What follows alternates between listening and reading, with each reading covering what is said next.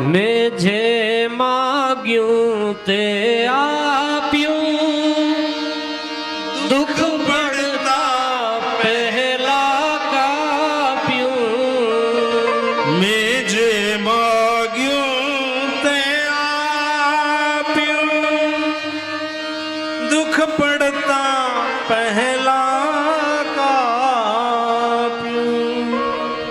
મન નિજ પદમાં હે સ્થાપ્યું રે, હે શ્રીનિવાસા.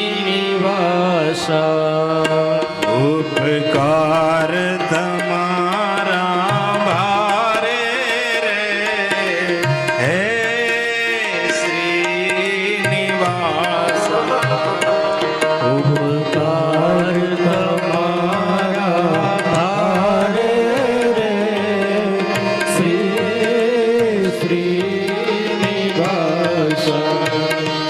હું દેખું વારે વારે રે, હે શ્રીનિવાસ.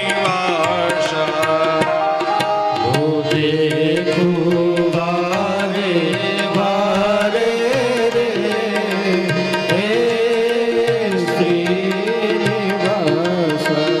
હે શ્રીનિવાસ. હે શ્રીનિવાસા. અસંખ્ય ઉપકાર, એના ઉપકારમાંથી આપણે ક્યારેય એના ઋણમાંથી છૂટી ના શકીએ. એટલે ભગવાન મનુષ્ય દેહ આપે અને આપણને કહે કે તમે કંઈક ઋણમાંથી મુક્ત થાઓ. મનુષ્ય માત્ર ઋણને પાત્ર. દરેક મનુષ્ય ઋણી છે. આપણે બધા ઋણી છીએ. ઋણ ચૂકવવા માટે આવ્યા છે. સમાજનું, પરિવારનું, સંતાનોનું, ધર્મનું, કર્મનું, પિતૃઓનું, આ બધાના ઋણ આપણે ચૂકતે. જેના જેના ઋણ ચૂકતે થઈ જાય ત્યારે મનુષ્ય જન્મ સાર્થક કહેવાય. જરાક બી ઋણ બાકી રહી જશે એટલે વળી પાછા એકડે એકથી ચાલુ કરવાનું. ઋણ અદા કરીએ. થોડા ઘણા ઋણમાંથી પણ મુક્ત થઈ જઈએ એવી સતત કોશિશ કરીએ.